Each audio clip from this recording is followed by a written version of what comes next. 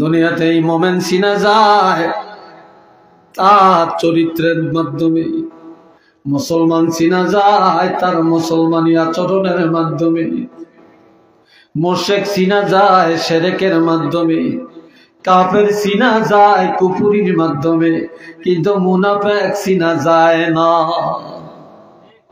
মুনাফিক চিনা যায় না। এই একটা মুনাফিক থাকার কারণে দোয়া কবুল হয় না। মুসা নবী গো, মুনাফিকটাকে সরিয়ে দাও, দোয়া কবুল হয়ে যাবে। হযরত মুসা নবী কয়, এই মুনাফিককে যা, তোর লাই দোয়া কবুল হয় না, এলাকায় রহমতের বৃষ্টি হয় না, আমি পয়গম্বর, আমার মুনাজাত পর্যন্ত কবুল হইতেছে না। আচ্ছা মুনাফিক এই সময় যাইবো? জোরে কোন যাইবো নি? এটা দাঁড়াইলি তো ধরা খেয়ে যাইব। ফিটা কোনার মালিক পড়তো না, তুলা বানিয়ে লেবো ফিটিয়া। কথা ঠিক কিনা? হ্যাঁ, এটা দাঁড়ায়ও না, যায়ও না। এখন মুনাফিক চিনা গেছে নি? চিনা যায় না। আল্লাহ কি বলছে? একটা মুনাফিক। এখন 40 জনে চিন্তায় পড়ে গেছে, আল্লাহ কারে মুনাফিক বলছে। কে জানি আমরা আল্লাহর কাছে মুনাফিক। আমিও বলি মনে হয় আমি আল্লাহর কাছে পাপী, উনিও বলেন মনে হয় আমি আল্লাহর কাছে পাপী, আপনিও বলেন মনে হয় আমি আল্লাহর কাছে পাপী। এইভাবে 40 জন সব সেজদায় পড়ে পাহাড়ের মধ্যে কান্দে আর তওবা করে, আল্লাহ তোমার দরবারে আমি হয়তো পাপী, আমার পাপের কারণে জাতি কষ্ট পায় রে আল্লাহ, তুমি আমাকে মাফ করে দাও। এইভাবে 40 জন সেজদায় যায় যখন তওবা শুরু করে, নিজের অপরাধ স্বীকার করে, আল্লাহর কাছে কান্নাকাটি করে। এই সাথে যে লোকটা মুনাফিক তারও তওবা হয়ে গেছে। আমার আল্লাহ ডাক দিয়া কয়, মুসা মাথা উঠাও, মাথা উঠাও, বাড়ি ঘরে চলে যাও। একটা মুনাফিকের কথা জানিয়ে দিয়া এই 40 জনের আমি আল্লাহ এমন তওবা করাইলাম, এই সাথে মুনাফিক তারও তওবা হয়ে গেছে। আমি আল্লাহর দরবারে তোমাদের মুনাজাত কবুল হয়ে যাবে।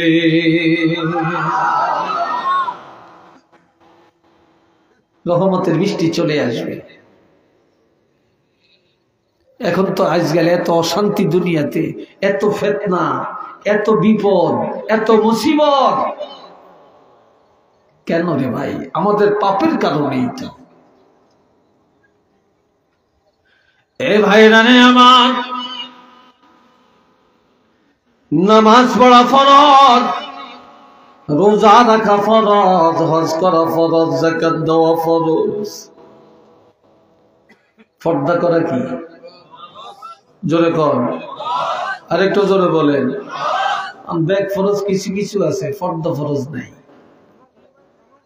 ঠিক কিনা? পর্দা আছে মাশাআল্লাহ, ঘরের জানালা তো আছে, দরজা তো আছে, কথা ঠিক কিনা? খুব হাই ফাই কাপড়ের পর্দা।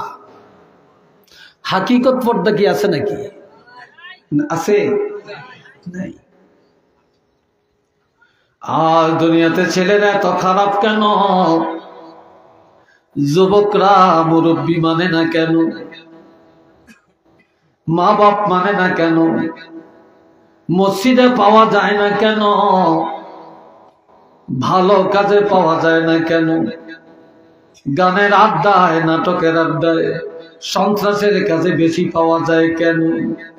একমাত্র তালাশ করলে দেখা যায় বাপ ভালো না, না হয় মা ভালো না।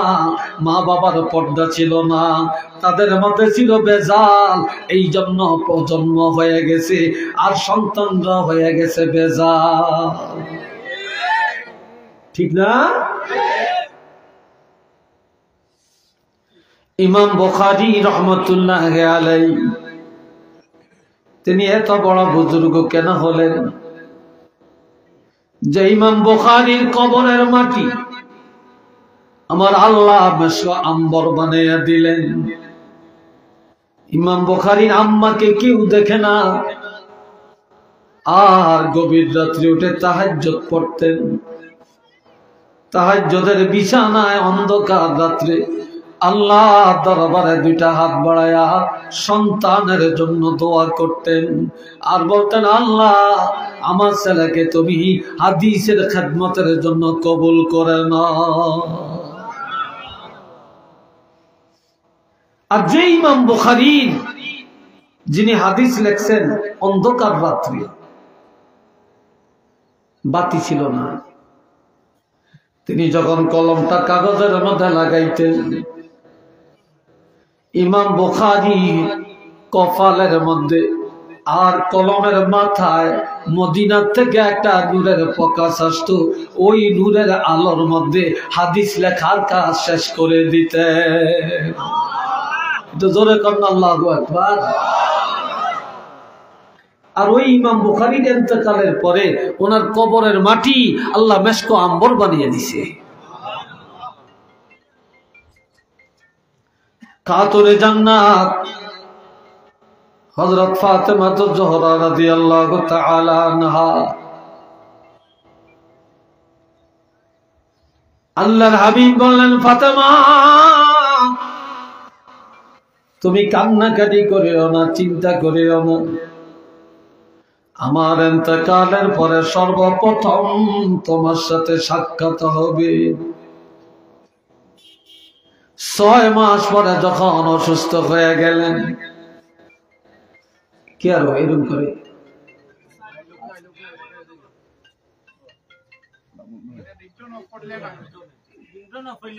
এ ভাইয়েরা শোনেন, তিনি হযরত আলীরে ডাক দিয়া বলে, আলী আমি আর হয়তো বেশি দিন বাঁচব না, তবে আমার ইন্তেকালের পর আমার মৃত্যুর খবরটা বেশি জানাজানি করিও না। আজকে অনেক মহিলা মারা গেলে মাইকে প্রচার করে, কি কথা ঠিক কিনা? অমুকের ওয়াইফ মারা গেছে, অমুকের মায় মারা গেছে। এটা তো তাকওয়ার খেলাফ। বলে আমার ইন্তেকালের পর আমার গোসলটা দিনের বেলায় দিও না, আমার ইন্তেকালের পরে আমার কবরটা দিনের বেলায় করিও না, আর আমার দিনের বেলায় কবরে রাখিও না। এই দুনিয়ায় কেউ কোনোদিন আমাকে দেখে না, চিনে না। আমার মৃত্যুর পর ভয় লাগে, না জানি কেউ দেখে ফেলে। এই জন্য গোসলটা রাত্রে দিবা, কবরটা রাত্রে করবা, আর জানাজা রাত্রে পড়বা। আমার মৃত্যুর পরেও যেন আমার লাশটা কেউ না দেখে। একটু চিল্লে বলেন সুবহানাল্লাহ।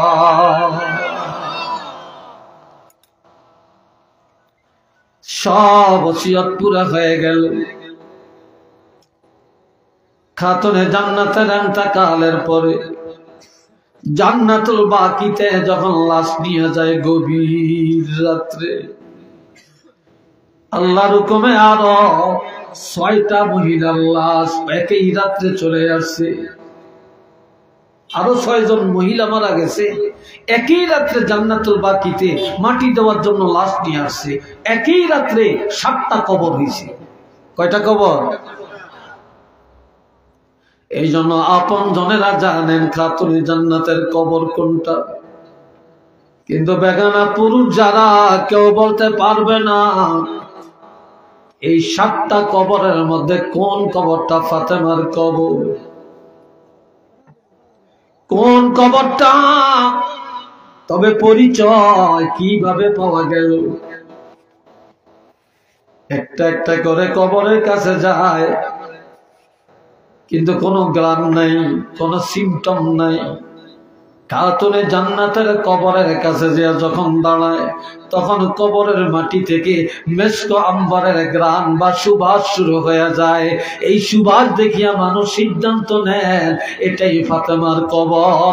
এটা চিল্লে বলেন না সুবহানাল্লাহ।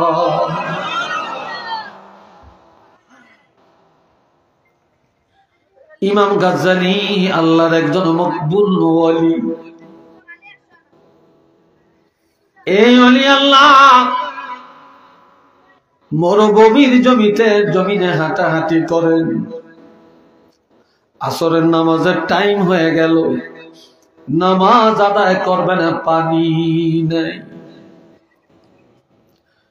পর্দার আড়াল থেকে একটা যুবতী মেয়ে ডাক দিয়া বলে, আল্লাহর ওলি কি চান? আল্লাহর ওলি বলে, মা আমি পানি চাই, আমি ওযু করব, নামাজ আদায় করব। মেয়েটা বলে, হুজুর আমাদের বাড়ির পূর্ব দিকে একটা পুষ্করী আছে, আপনি একটু দেখেন এটাতে পানি আছে কিনা। কিন্তু পানি নাই, মেয়েটা জানে।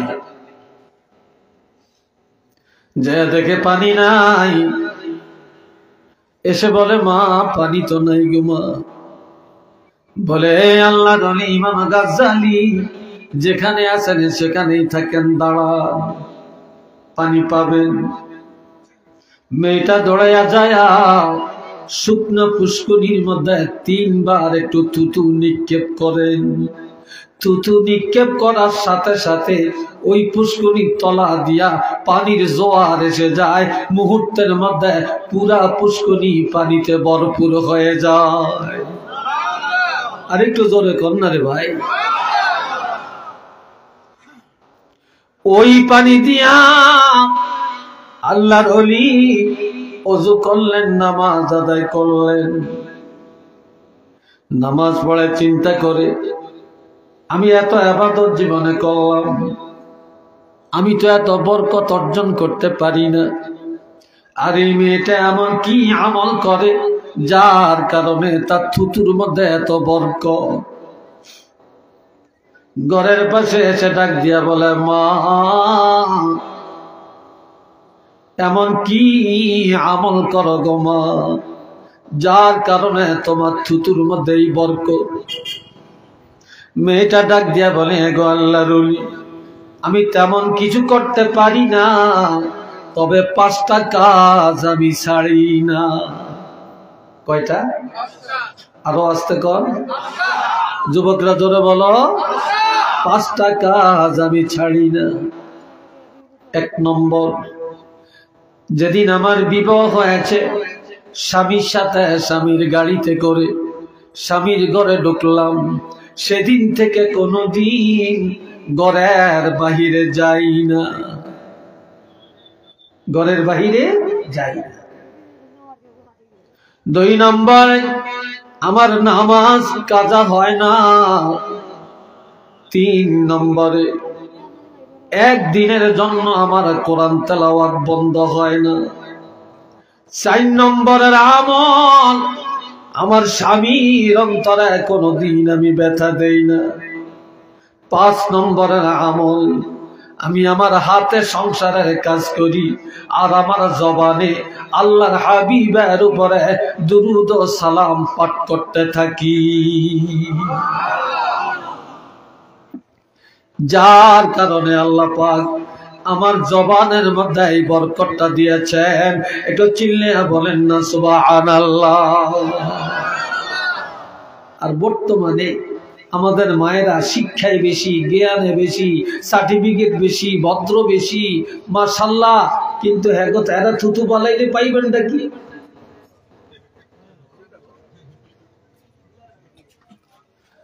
আল্লাহ মোহাব্বতে পড়েন সাল্লাল্লাহ, জোরে জোরে, মুহাম্মদ সাল্লাল্লাহু আলাইহি ওয়াসাল্লাম, মুহাম্মদ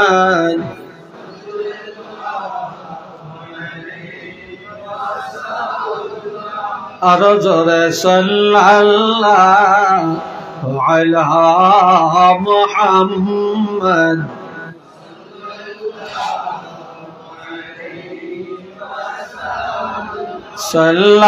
সাল্লাল্লাহু আলা মুহাম্মদ।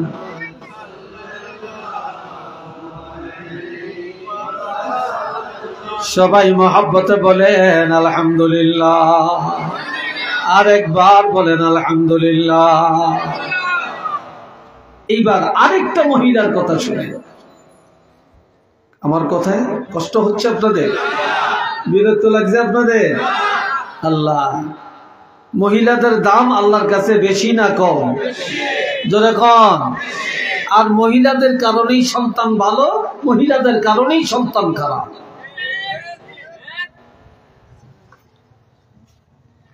এই বাবাজিরা রে আমার, আমিরুল মুমিনিন হযরত ওমর ফারুক রাদিয়াল্লাহু যখন খলিফা হলেন, তিনি খলিফা হয়া রাস্তায় রাস্তায় অন্ধকার রাত্রে হাঁটাহাঁটি করেন, আর ঘুরিয়া ঘুরিয়া দেখেন তার দেশের কোন মানুষ সুখে আছে আর কারা আছে দুঃখে, কে সুখে কে দুঃখে ঘুরে ঘুরে তালাশ করে দেখতেছে।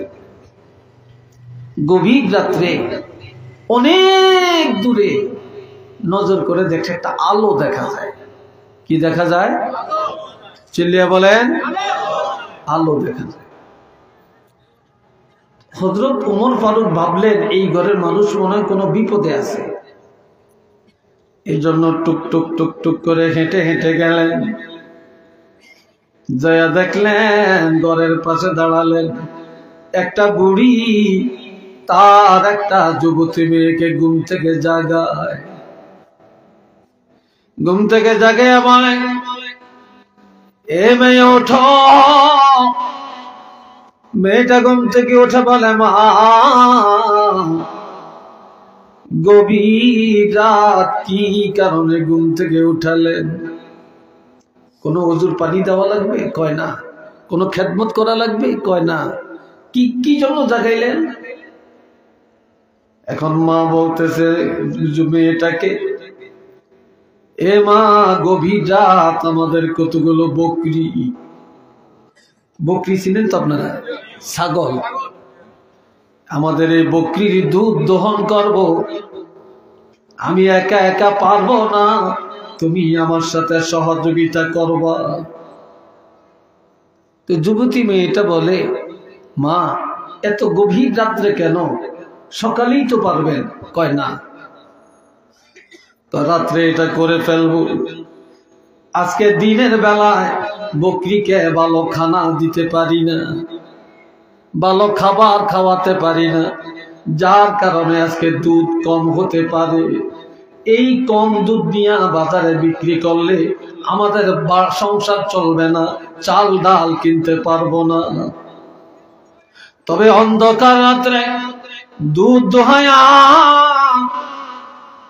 এই দুধের মধ্যে আমরা অন্ধকারে কিছু পানি মিশায়া এই দুধটা বাড়াইয়া নিয়া কুলাউড়া বাজারে নিয়ে বিক্রি করলে বেশি টাকা পাবো, আমাদের সংসারের চাহিদা মিটে যাবে। মেয়েটা বলে, মা এটা রাত্রে কেন করবেন? এটা দিনে করলে হয় না। কয় তুমি জানো না এটা যে হযরত ওমরের রাষ্ট্র, হযরত ওমর রাষ্ট্রপ্রধান, দিনে করলে কেউ যদি দেখে ফেলে আর হযরত ওমর যদি জেনে যায় তাহলে কঠিন বিচার হবে, আদালতের কাঠগড়ায় দাঁড়ান লাগবে। এই জন্য কেউ যেন না জানে না দেখে, এই জন্য রাত্রি বেলায় কাজটা করে ফেলবো। চিল্লে বলেন নাউযুবিল্লাহ। আরো জোরে কর, রাত্রি কাজটা করে ফেল। এখন মেয়েটা কয়, মা রাত্রে করবেন, দুনিয়ার কেউ জানলো না, দেখলো না, শুনলো না। মাগো, যে আল্লাহ বকরি পালছে, যে আল্লাহ আমারে বানাইছে, আপনারে বানাইছে, যে আল্লাহ রিজিকের মালিক, হায়াত মৌতের মালিক, মা বলেন তো আল্লাহ কি দেখবে না? সুবহানাল্লাহ কইয়েন না। আল্লাহ কি দেখবে না? এখন বুড়ি কহ, আল্লাহ তো দেখবে। মেয়েটা বলে, মা আল্লাহকে ভয় করেন, হযরত ওমর ফারুক রাদিয়াল্লাহকে ভয় করবেন না।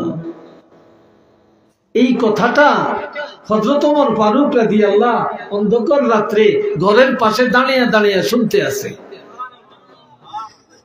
ঘরের পাশে একটা লাঠি গাড়ছে।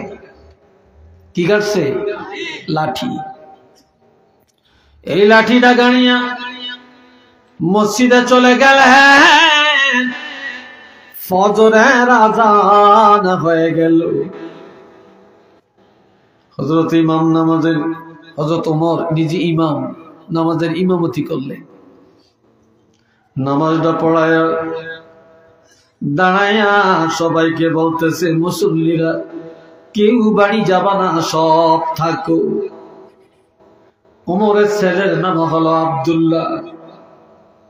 বলল, রে আব্দুল্লাহ, তুমিও থাকো, দুইটা মেয়ে লোকরে আনা হবে, তোমাদের সবার সামনে তাদের বিচার করা হবে।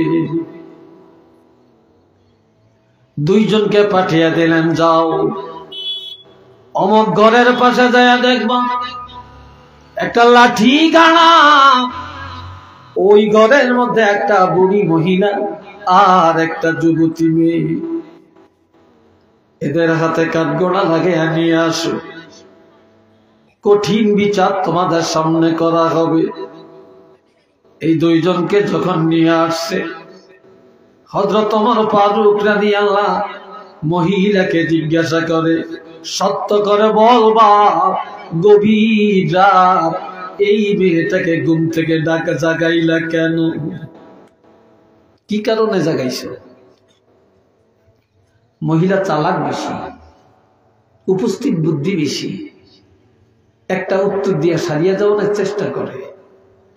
মহিলা বলে, হযরত ওমর, কি কারণে জাগাইলাম এটা নিশ্চয়ই আপনি জানেন, না জানলে ডাইরেক্ট এই প্রশ্ন করতেন না, তবে আর কোন প্রশ্ন জিগাইয়া আমাকে অপমান করিয়েন না। কয় না, এত তাড়াতাড়ি ক্ষমা পাইতা না, সত্য করে বলো, এই মেয়েটাকে কয়টা আমার মেয়ে? কার মেয়ে? কয়টা আমার মেয়ে। কয় তোমার মেয়েটা বিয়া হইছিনি? কয় না। এ মহিলা, তোমার এই মেয়েটারে বিয়া দিবানি? মহিলা বলে, হুজুর, ছেলে যদি ভালো হয়, পাত্র যদি ভালো হয়, তাহলে বিয়া দিব। হযরত ওমর বললেন, এই যে আমার পাশে বসা, এটা আমার ছেলে। সুবহানাল্লাহ কন্যা, আর একটু ধরে বলেন না, এটা আমার ছেলে। এই ছেলেটা তোমার পছন্দ হয় কিনা? মহিলা তো ঈদের উপরে শুক্রবার, আনন্দের উপরে আনন্দ, আসছে আসামি হইয়া, আর এখন রাষ্ট্রপ্রধান হযরত ওমর খলিফা, ওনার ছেলের কাছে মেয়ে বিয়ে দেওয়ার প্রস্তাব তিনি দিলেন। এর চেয়ে আনন্দের খুশির খবর আর কি হতে পারে, তাই না?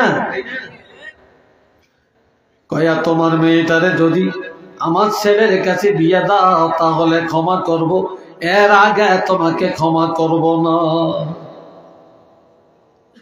এর আগে ক্ষমা করতাম না। আর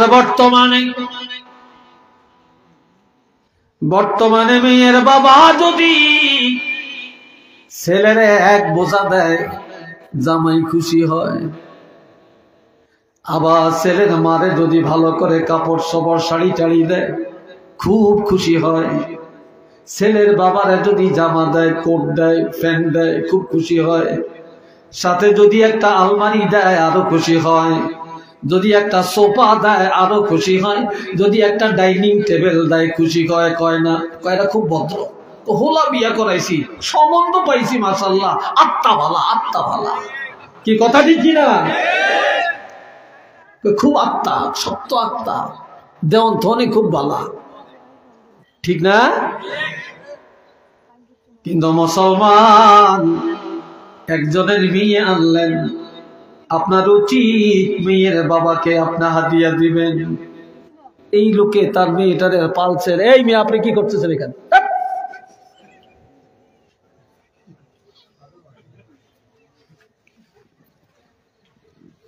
আল্লাহ,